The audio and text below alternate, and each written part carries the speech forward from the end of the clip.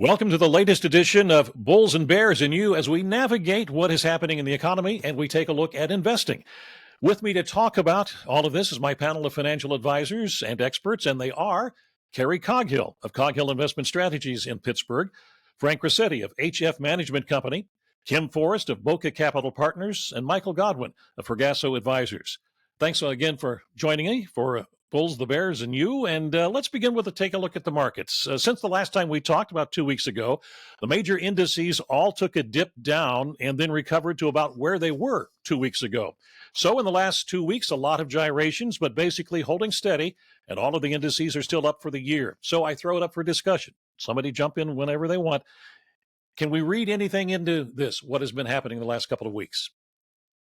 I think it's normal market gyrations whenever we're undergoing a change in ideas. So the earlier idea this year was that the Fed was going to have six rate cuts, and now we're thinking maybe two, maybe none.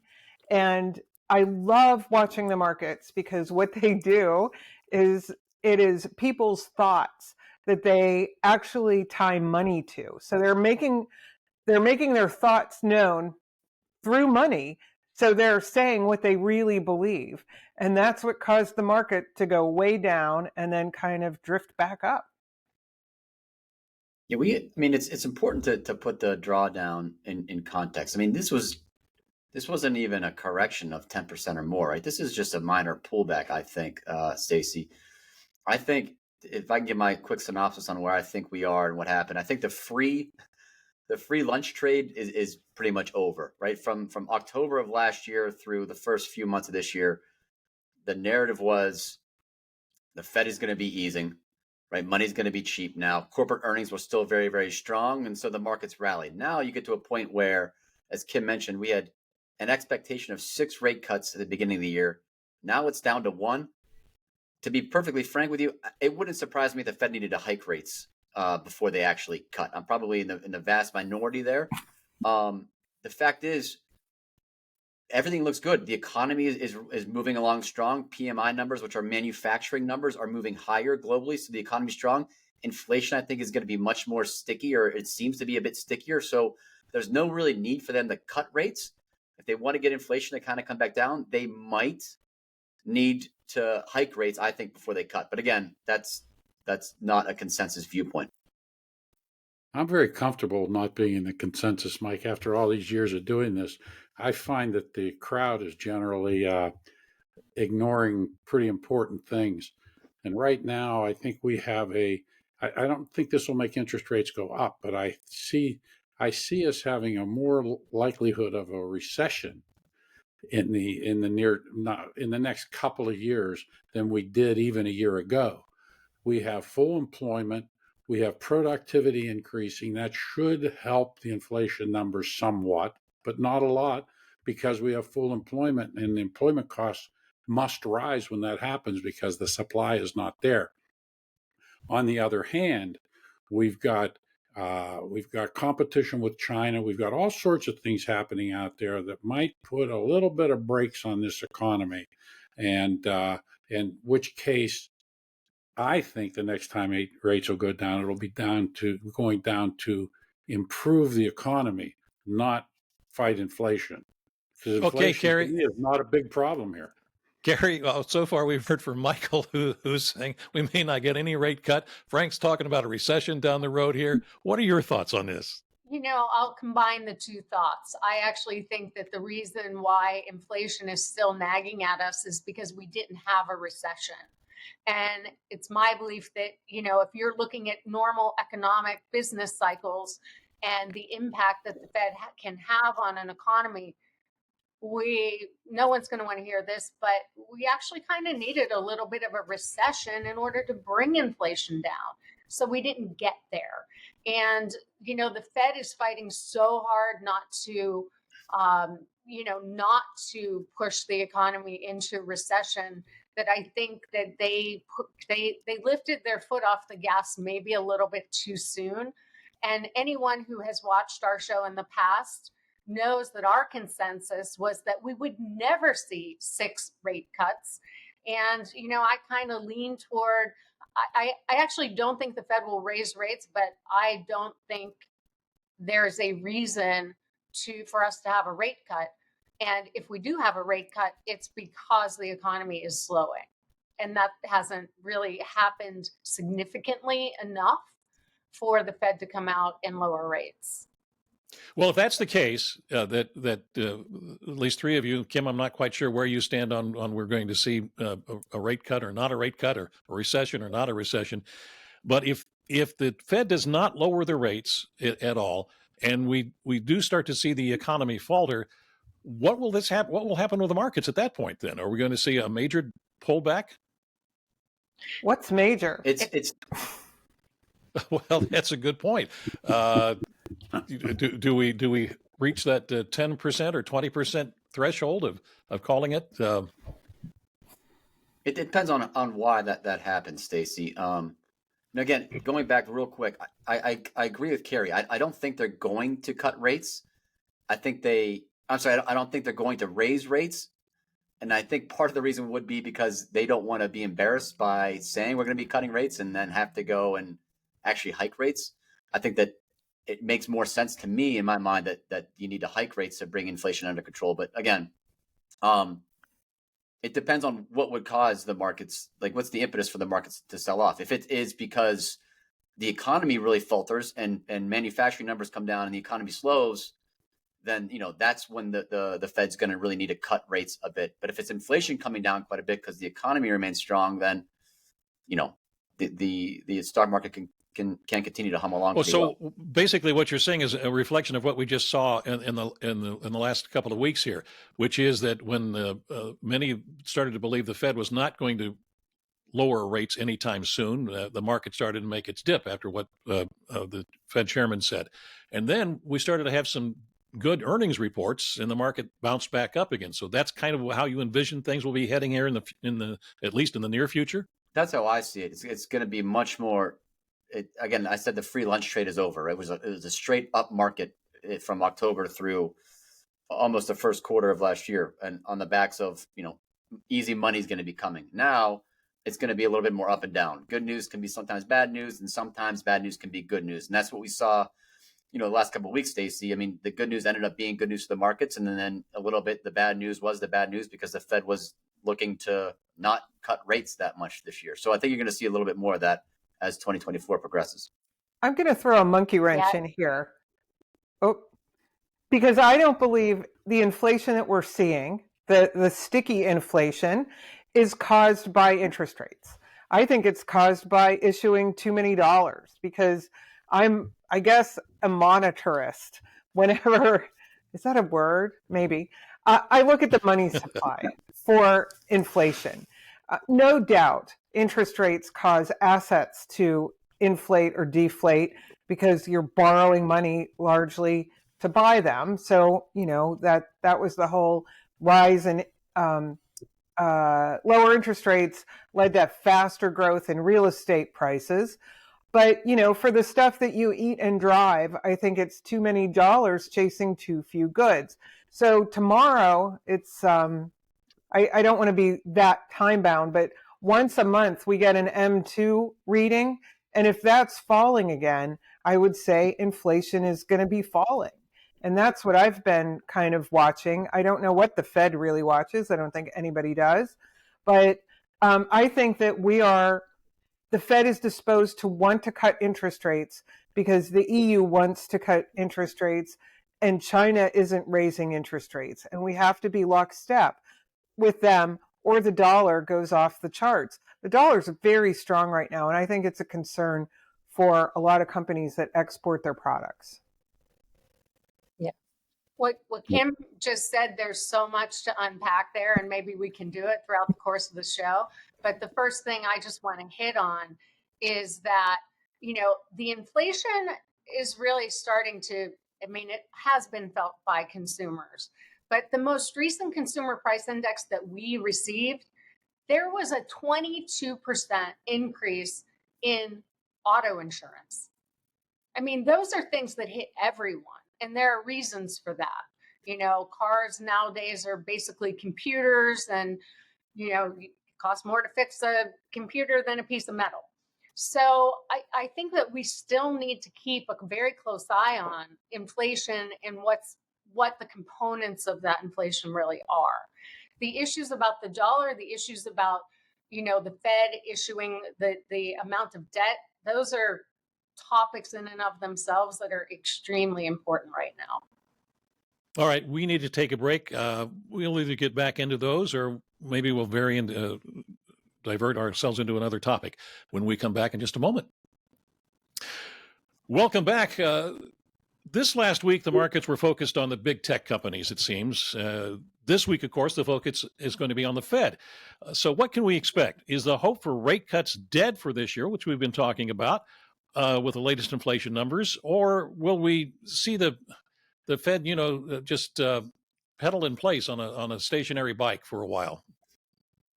It's I just shake my head over this stuff because the Fed, they never used to prognosticate about where rates were going for the rest of the year. Really? They didn't used to put not to my really? recollection. I mean, when No. Alan Greenspan was Fed chair, the only indication, and you guys may remember this, it was kind of a joke. Was his briefcase thin or thick? Yes. As Yeah, he I was remember walking that. into the meeting. Yes. Yes. They didn't come out and say we anticipate X number of rate cuts, and that's a real detriment to investors, because as we've talked about earlier, the market is all about what is going to happen in the future. And so for the Fed to come out and say this is what we anticipate, when at the end of the day, they don't know and nobody knows. And it really is based on the data that comes out. So I think the Fed is doing a big disservice by trying to be as transparent as they are, because the markets are running with that. And you have to remember, Stacy, in your career as a journalist, it probably drove you crazy that people did not listen to all the words. They heard Very part true. of the words and they didn't hear the rest. And the chairman has constantly said our decisions in the future will be data driven, as Carrie just said. Data driven means the data that we don't know yet will drive what we're going to do next. But my guess is this, he says, and people only hear what his guess is, but it's still a guess. And I don't know if he uses that word, but it's definitely what he means. Well, then this begs a question. This is part of, I was going to raise this in our first segment as well.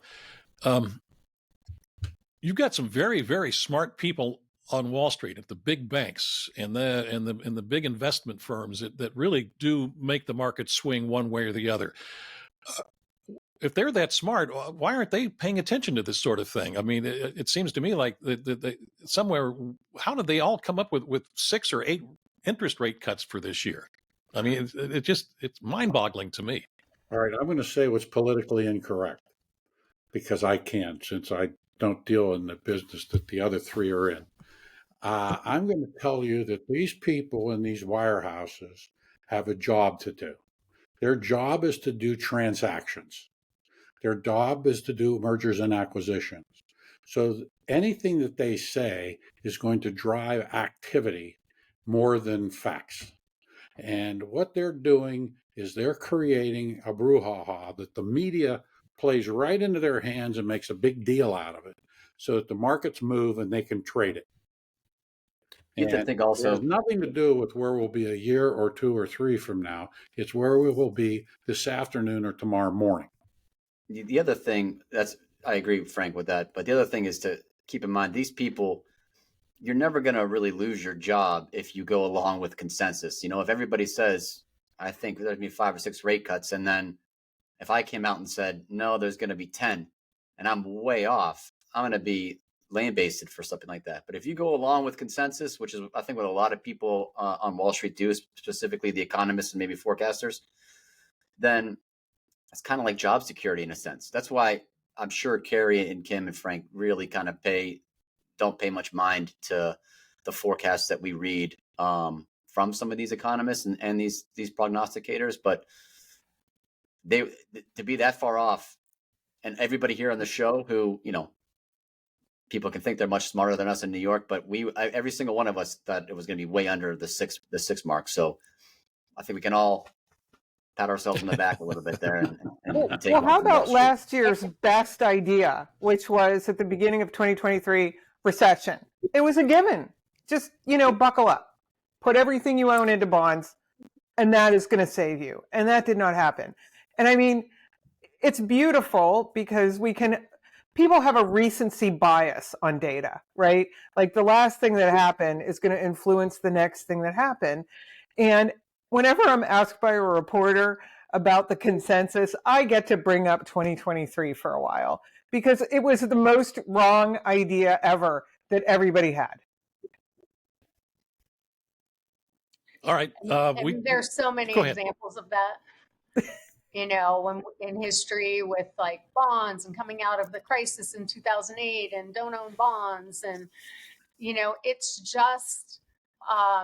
it's just really important that investors, realize that what they see and hear out there, a lot of people have an axe to grind. It's funny, what Frank was saying about, people don't want to lose their jobs. Well, the good news for, at least Kim and I is that we're not going to fire ourselves. So you can guarantee you're going to hear the right information. Yes. And we know Michael and we know Bob Fergasso, and we know that, Michael's not going anywhere. So I think that's important because a lot of people think, oh, I need to be with Merrill Lynch if they have money or a UBS. And they don't realize the value of working with a smaller investment management, wealth management firm and the conflicts that we don't have to deal with. Okay. Well, that leads us to our next topic anyway, so we'll take a quick break and we'll be back in just a moment. Welcome back. At this point in the economy, what is the best strategy for an investor? We've talked about whether there might be a recession, there won't be a recession, whether we'll see a rate cut, whether we won't see a rate cut, maybe even a rate hike. So what should we do as an investor? Should we just sit on the fence here? Or should we be aggressive? And that brings up the topic again also of bonds. Do we go heavier into bonds? Do we sell our bonds? What are you guys advising right now? Well, it's going to sound boring, but we're advising what we always advise, which is what are your goals and objectives and what is your risk tolerance? Anyone who's making investment decisions purely based on, is the market expensive? Is it cheap? What's going to happen? What do we think is going to happen? You're just going to drive yourself crazy. So when you know what your goals and objectives are, which the number one issue is what's your time frame for those goals and objectives? Because if it's a shorter time frame, we have to be more cautious with how we put money into the market. If it's a longer term time frame, then we can be more aggressive in how we actually allocate the money, assuming that that client can deal with the fluctuations of the markets. And as we do that assessment, we can then step back and say, okay, overall, how much of your money should be in the market? How much can you deal with in terms of volatility? So that formula never changes regardless of where the markets are. I'll be the devil's advocate here, though. If you have really long money, you have a really long time frame, I say throw your risk tolerance out the window and just don't open don't look at your accounts. I know. But in the long term, everything is going to grow. That's what we're in the business of. And, I don't know. I just have no sympathy. Just don't look. If you get upset and the market's down, don't look at your account. Terrible advice from me, but that's my advice. That is so much easier said than done. Now for you, Kim, look at your hit. This is what you do for a living. This is what I do. We all do it for a living. But people, that's not how they function. I understand that, but my model is that people would zip it and just, yeah. I hope people heard you 52 years later, I will tell you will not listen to you. They obsess over it. As long as they're healthy, they obsess over their money. Yeah. Okay. And so the Carrie's advice of stay the course. You've created a plan. Anyone who works with the three of have worked with me or with Mike or Carrie, or Bob's firm, they've developed a game plan as to what they're going to do. And these events really have very little to do with that game plan. And the one thing I want to add about strategy is that it's not that you set it and forget it, because it is important to rebalance your portfolio. Like, that's why all this matters. So if we're looking at, is now a good time to rebalance some of our growthier stocks to more value oriented stocks, what's going on in the economy is what actually drives that decision. So, that's where the value of an advisor really comes in, that's watching the markets and looking at the dynamics of change. I think that's the most important point, Carrie, is we preach, asset allocation and having a long-term approach, but we don't sit idle by and not do anything when we have a viewpoint on the economy and where the markets are going. So I'll give an example right now in our fixed income holdings.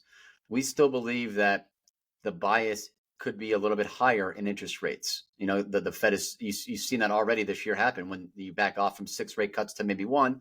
The 10 years gone up, and the bond benchmark, which is the Bloomberg Barclays aggregate, is down 3.5%. So we've remained short duration exposure over the course of the first 4 months, meaning less interest rate risk. Right? As interest rates go up, bond prices go down. If you have less interest rate risk, you're likely going to do better than the benchmark. We think that's still a prudent market thesis to have right now, and that's where we remain on the bond side. Not incredibly short, but below benchmark duration in our bond holdings, and that has served our clients well. And I'm sure, Carrie and Frank and Kim might have like views a little bit. Well, Mike, 2 years ago, before this rise in interest rates started, it did start 2 years ago, didn't it? Whenever it started. Prior to that, when interest rates were basically zero, we were advising our clients. I was still working then. With clients. We were advising our clients to basically minimize, if not eliminate, bond port positions, because we looked at it as you were getting paid nothing for the risk you were taking, because someday, we had no idea when, interest rates would rise, at which point those bonds were going to go down in value and you got paid nothing to take that risk. So we were very, very, very light in straight bonds. Now, we used some floating rate things and this and that to mitigate that risk, but we were still underweight in fixed income because the returns just were too low for the risk, and we felt the money could be employed elsewhere.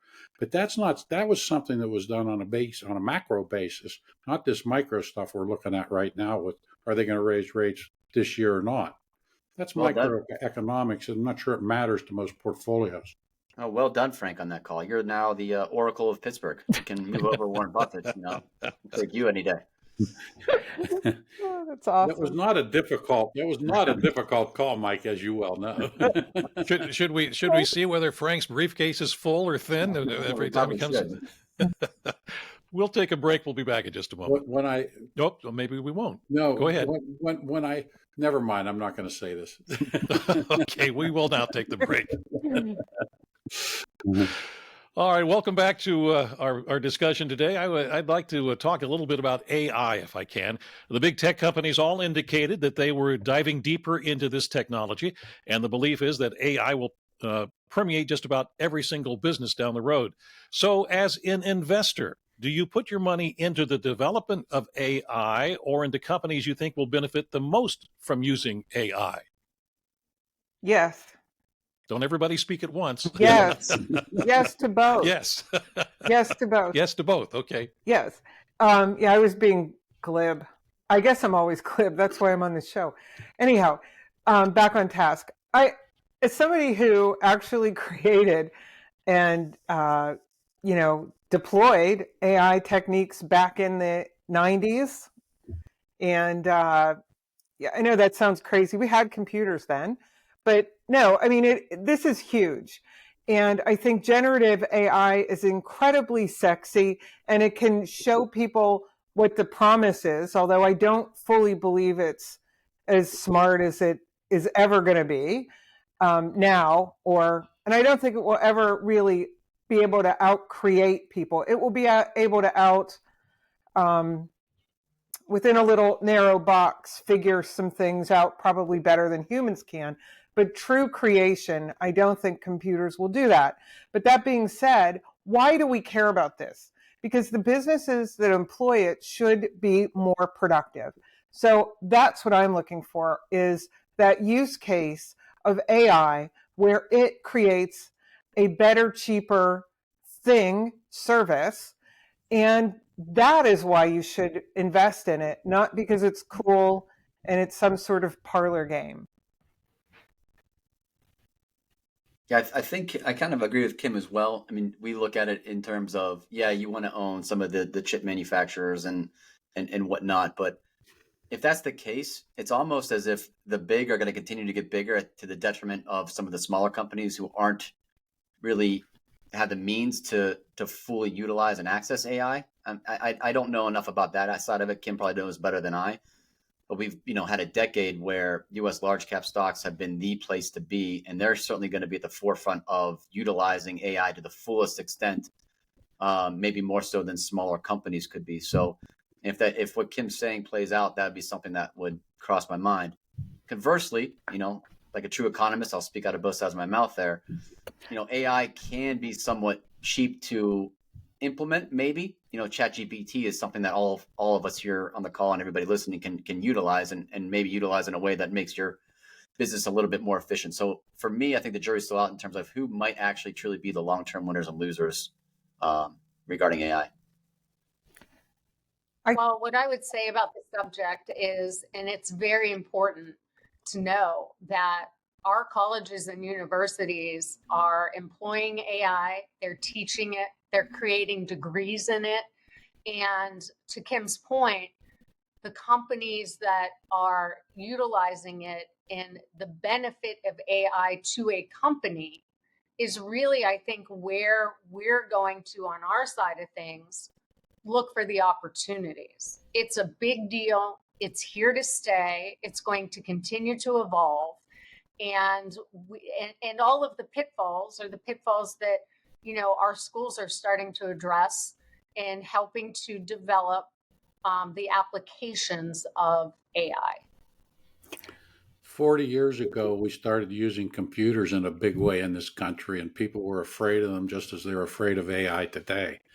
And 40 years ago, people were wondering if small companies were going to be able to use it. Prior to that 40 years, we were using service bureaus. Now we're using the cloud, and now AI is going to bring the desktop back into vogue. And as it evolves, and I'm going to be the oracle again, Michael. The oracle says that that's worth the laugh, Steve. you know me well enough to know what that really means. Yeah. All right. But I suspect that AI is going to help us solve this security problem we have with computers, because it's going to get some things off the cloud and back in the room so that we can control who has access to it a little bit as well. I don't know how that's going to work. Kim, you'll have to help me. But in 1986, I looked at my compact 286 Desk Pro and told my assistant at the time, this is an expensive word processor. So that's how much of an oracle I was 40 years ago. But you really were, because the whole IBM suite of hardware and software, really, that was the killer app, that and spreadsheets, right? And I'll pose to you that the internet, that killer app there originally was email, because we didn't communicate instantaneously like we do now. So I'm going to pose this, Michael. I don't believe that the large are going to win everything because they're too bureaucratic. There is going to be some little company that comes out of nowhere. And if I knew maybe I'd go work there. Maybe I'd fire myself and go work there, but I'm kidding. Or I would invest in them. But there's going to be a killer app for generative AI. And there's a lot of other AI that we don't even talk about because it's too numerical and kind of dull to trot through it, but it can be transformational for businesses if they, can deploy it and get better productivity. But there will be a killer app for generative AI. It's just not what anybody thinks it is right now. Okay, with that, we'll bring our discussion to a close here. So we'll continue our look at the investing and the economy in future editions. And right now, we'll just say thank you for joining us, and we hope to see you again in about 2 weeks. Thanks, guys, for joining us. We'll see you later.